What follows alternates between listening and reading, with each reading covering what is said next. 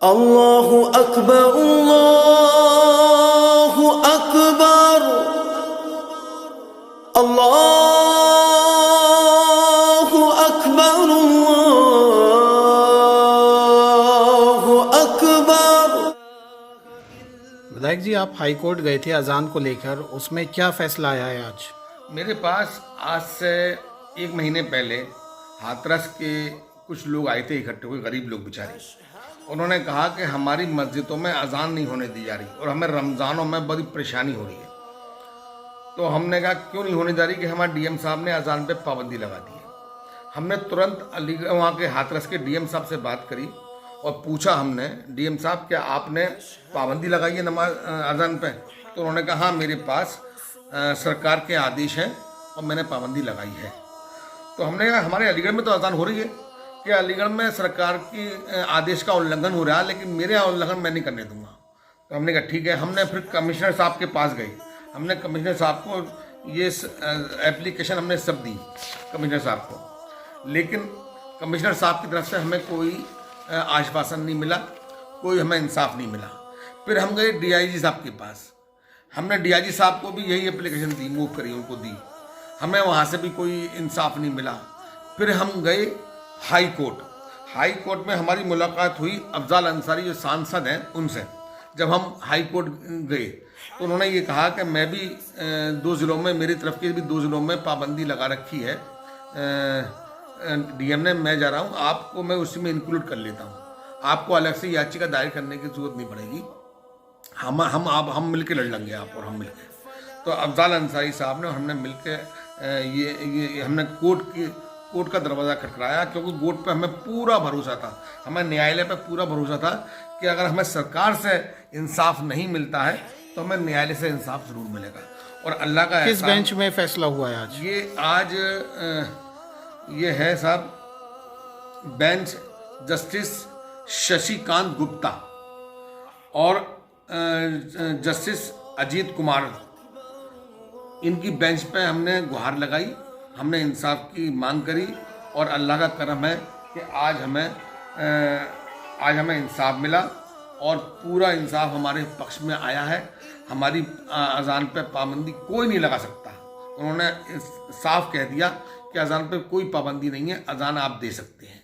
और ज़िला अधिकारियों को हिदायत करी है कि ऐसी पाबंदी बिल्कुल हटा दी जाएगा, आप लोगों ने लगा रखी है कि जिससे किसी की सेहत ख़राब नहीं होती, किसी को कोई परेशानी नहीं होती। आप ऐसी अजान पे कोई पाबंदी नहीं लगा सकते। अजान जो है वो एक मैसेज है कि अजान, जब मौज़िन अजान देता है तो ये मालूम होता है बड़ा पढ़े लिखे लोगों को, जिनके पास घड़ी नहीं होती, जिनके पास टाइम देखने का वक्त नहीं होता, उनको ये मालूम होता अब अजान का टाइम हो गया। फजर की अजान के टाइम रोज़े का मालूम पड़ जाता है कि रोज़े का रखने का टाइम ख़त्म हो चुका। शाम की अजान की टाइम, मगरिब की, इसकी को हम अजान कहते हैं, उसके टाइम ये मालूम हो जाता है कि अब रोज़े खोलने का वक्त हो चुका है, आप रोज़ा अफ्तार कर लें। तो ये मैसेज है। इसको उन्होंने जस्टिस साहब ने, जो हमारे शशिकांत गुप्ता जी ने, उन्होंने हमारे हक में फ़ैसला किया है, अजीत कुमार साहब ने और शशिकांत गुप्ता जी ने। मैं पूरा मतलब तहे दिल से पूरी कौम की तरफ से, पूरी बिरादरी की तरफ से उनको बधाई देता हूँ।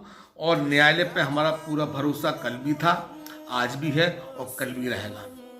हम शुक्रिया अदा करते हैं कि जस्टिस साहब ने ये फैसला हमारे फेवर में देकर गंगा जमनी तहजीब को कायम रखा, भाईचारे को कायम रखा। कुछ लोग ऐसे हैं जो नफ़रत फैलाने की कोशिश कर रही, लेकिन इंशाअल्लाह जब तक हिंदुस्तान की न्यायालय पालिका कायम है, हमें जैसे गरीब लोगों को इंसाफ मिलता रहेगा। और मैं सभी लोगों को, जिन लोगों ने इस न्यायालय के लिए, इस मतलब हाई कोर्ट के लिए दुआएं करी थी, मैं उनको मुबारकबाद देता हूं कि आपको बहुत बहुत मुबारक। आपको ये फैसला कैसे पता चला? मुझे वकील साहब का फ़ोन आया था मेरे पास, जो हमारे वकील साहब हैं, एडवोकेट सैयद वसीम कादरी साहब, और एक हमारे दूसरे वकील हैं एडवोकेट फैज़ान साहब। ये पूरा फैसला हमारे हाथ में है।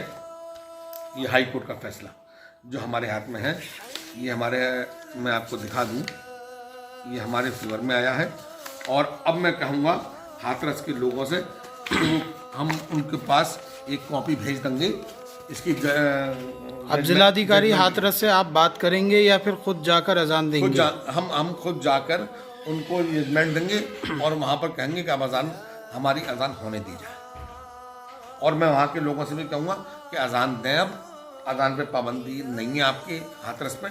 आप अदालत ने बिल्कुल सरकार को बिल्कुल साफ निर्देश कर दिया है कि आप अजान दे सकते हैं। मीडिया ने आपको सहयोग किया था, मीडिया का बहुत बहुत शुक्रिया। इसमें मीडिया का भी शुक्रिया अदा करूँगा मैं कि मीडिया ने बहुत सहयोग किया हमारा, और मीडिया का भी हम सहयोग करेंगे, मतलब शुक्रिया अदा करेंगे कि उन्होंने बहुत हमें साथ दिया हमारा। ये 27 पेज की जजमेंट है, मैं मीडिया को दिखाना चाहूँगा। 27 पेज का जजमेंट है ये। अब आप इसको सबको बहुत बहुत बधाई, आपने हमारा साथ दिया, सरकार को बधाई। यूपी सरकार जो है लगातार इसमें प्रयास कर रही थी कि अजान पर पाबंदी हो जाए, अब उसे करारे मुंह की खानी पड़ी, तो आप इसमें क्या कहेंगे? मैं ये कहूँगा, यूपी सरकार अगर लगाती तो पूरे प्रदेश में लगाती, लेकिन कुछ जिला अधिकारियों ने यूपी सरकार की किरकिरी कराई है। उनके खिलाफ ज़रूर कानूनी कार्रवाई होनी चाहिए, ताकि ऐसा माहौल 3 ज़िलों की बात है, 2 ज़िले पूरब में हैं और 1 ज़िला हमारे हाथरस में है। बाकी ज़िलों में कोई अधिकारी ऐसा नहीं है, ज़िला अधिकारी जिसने पाबंदी लगाई हो, लेकिन ये 3 ज़िले ऐसे हैं जो सरकार को बदनाम किया है इन लोगों ने। इनको ये नहीं मालूम था कि गंगा जमनी तहजीब भी कोई चीज़ है हमारे मुल्क के अंदर।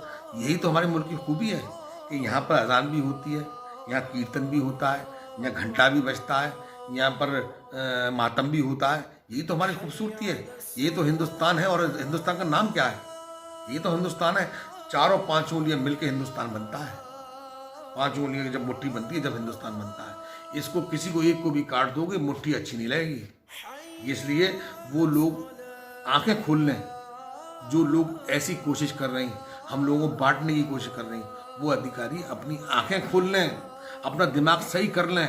आपका सीधा साफ तौर पर ये कहना है कि यूपी सरकार को ऐसे अधिकारियों के खिलाफ कार्रवाई करनी चाहिए? ऐसे अधिकारियों की जिले में चार्ज की कोई जरूरत नहीं है। इनको तो वहाँ पर ले जाएं, पंचम तल पर ले जाके बैठा लाया जाए एक ऑफिस के अंदर, जहाँ पर एक ऑफिस दे दिया जाए कि आपका काम यहाँ पर बैठिए। जिला अधिकारी तो बहुत बड़ी चीज़ होती है भाई, वो सबका ख्याल रखता है। और सरकार सबकी होती है, योगी जी सबके हैं, मोदी जी सबके हैं। आज हमें बिल्कुल यकीन नहीं है कि हम छुआछूत की बीमारी पर, लेकिन हम योगी जी का भी कहना मान रहे हैं और मोदी जी का भी कहना मान रहे हैं हम।